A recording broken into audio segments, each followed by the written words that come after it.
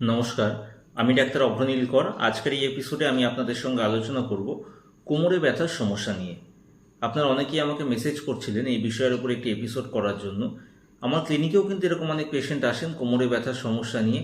তো কোমরে ব্যথার সমস্যা হলে কোন হোমিওপ্যাথিক ওষুধ সেবন করবেন, আজকে সেই বিষয়ে অবশ্যই আমি আপনাদের সঙ্গে আলোচনা করব। তবে সেই বিষয়ে আলোচনা করার আগে প্রথমেই বলবো কি কি কারণে আমাদের এই কোমরে ব্যথার সমস্যা হতে পারে। কোমরে ব্যথার সমস্যা বিভিন্ন কারণে হতে পারে। কোমরে যদি কোনো আঘাত লাগে সেখান থেকে এই কোমরে ব্যথার সমস্যা হতে পারে, বা কোমরের পেশিতে যদি টান ধরে তাহলেও কিন্তু কোমরে ব্যথার সমস্যা হতে পারে।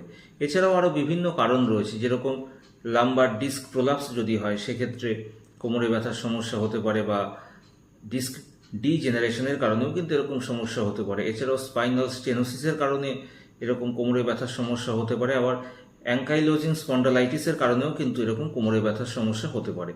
তো কোমরে ব্যথার যদি সমস্যা হয় সেক্ষেত্রে অবশ্যই আপনাকে হোমিওপ্যাথিক ওষুধ সেবন করতে হবে লক্ষণ অনুযায়ী বিভিন্ন হোমিওপ্যাথিক ওষুধ আসতে পারে, যেরকম রাস্টক্স আসতে পারে, আর্নিকা আসতে পারে, রুটা আসতে পারে, ন্যাট্রামিউর আসতে পারে, কস্টিকাম আসতে পারে, মেডোরিনাম আসতে পারে, থুজা আসতে পারে। এরকম বিভিন্ন ওষুধ আছে যেগুলো কোমরে ব্যথার সমস্যায় ব্যক্তিগতভাবে আমি আমার ক্লিনিকে প্রয়োগ করে যথেষ্ট ভালো রেজাল্ট পেয়েছি। তবে আজকে আমি আপনাদের বলবো একটি মাত্র হোমিওপ্যাথিক ওষুধের কথা, ম্যাক্রোটিনাম 30 ওষুধটিকে 2 ফোঁটা করে 1 চামচ জলের সঙ্গে মিশিয়ে সকালে রাতে খাওয়া দাওয়া করার 10-15 মিনিট আগে আপনাকে সেবন করতে হবে অন্তত 7 দিন। যদি এই নিয়মে এই ম্যাক্রোটিনাম 30 ওষুধটিকে সেবন করেন, দেখবেন আপনাদের এই কোমরে ব্যথার সমস্যা দূর হবে। তবে এরপরেও যদি দেখেন কোমরে ব্যথার সমস্যা রয়ে গেছে, সেক্ষেত্রে কিন্তু অবশ্যই আপনাকে নিকটবর্তী ডাক্তারবাবুর পরামর্শ নিতে হবে। আপনারা চাইলে স্ক্রিনের উপর দেওয়া হোয়াটসঅ্যাপ নাম্বারেও আমার সঙ্গে যোগাযোগ করতে পারেন।